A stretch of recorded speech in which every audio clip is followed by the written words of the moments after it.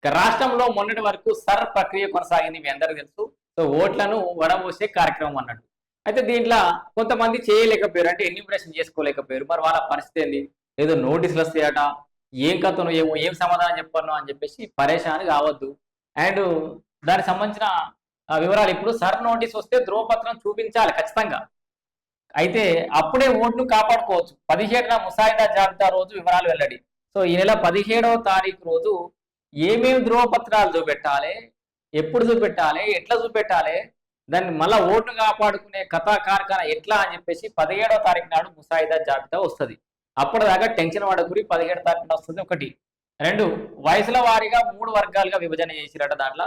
And ఇంకొక ముఖ్యమైన ముచ్చట ఏంటంటే, సరే ఎట్లా 17 తారీఖు నాడు జాబితా వస్తుంది, ఓటు పోయిందని కొంతమంది భయపడుతురు, బాధపడుతురు. వాళ్ళకి ఎవరైనా ఫోన్ చేసి మీ ఓటుకు నేను బిఆర్ఓని మాట్లాడుతున్నా, లేకపోతే ఇంకేదైనా పెద్ద ఎలక్షన్ ఆఫీసర్ మాట్లాడుతున్నా, మీ ఓటర్ ఐడి నంబర్ చెప్పురి, బ్యాంక్ ఖాతా నంబర్ చెప్పురి, అవి ఇవి అని చెప్పేసి ఏదో పాపం తెలిసి తెలియక అన్ని ముచ్చట్లు అడుగుతారు కొంతమంది. మోసపోవద్దట్లా. ఈ సర్ ప్రక్రియకు సంబంధించి ఓట్ల గురించి ఫోన్ల వివరాలు ఎవరు అడగరు. ఫోన్ ఎవరు చేయరు.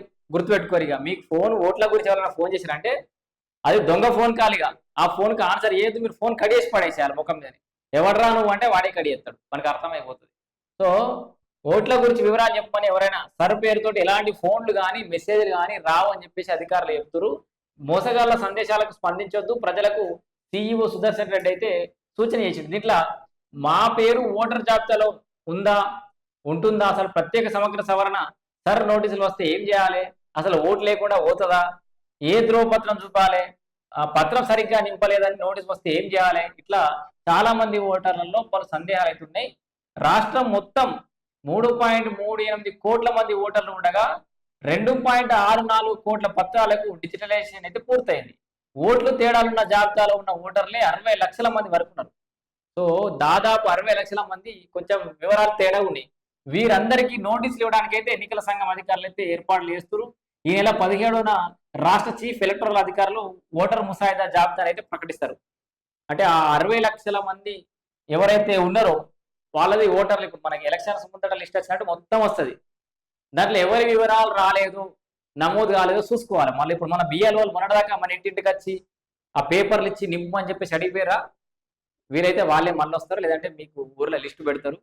ఆ లిస్టులో మీ పేరు వచ్చిందా లేదా, ఈసారి క్లియర్గా ఉందా లేదా సమస్య ఉన్న లిస్టులా ఈ 17 తారీఖు నాడు వచ్చే లిస్టులో మీ పేరు ఉందనుకో, మీరు సరిగ్గా నింపనట్టు లేదంటే సరిగ్గా డీటెయిల్స్ ఇవ్వనట్టు మళ్ళీ ఒకసారి క్లియర్ చేసుకోవాలి. దానికి వరి కావాల్సిన అవసరం అయితే లేదు.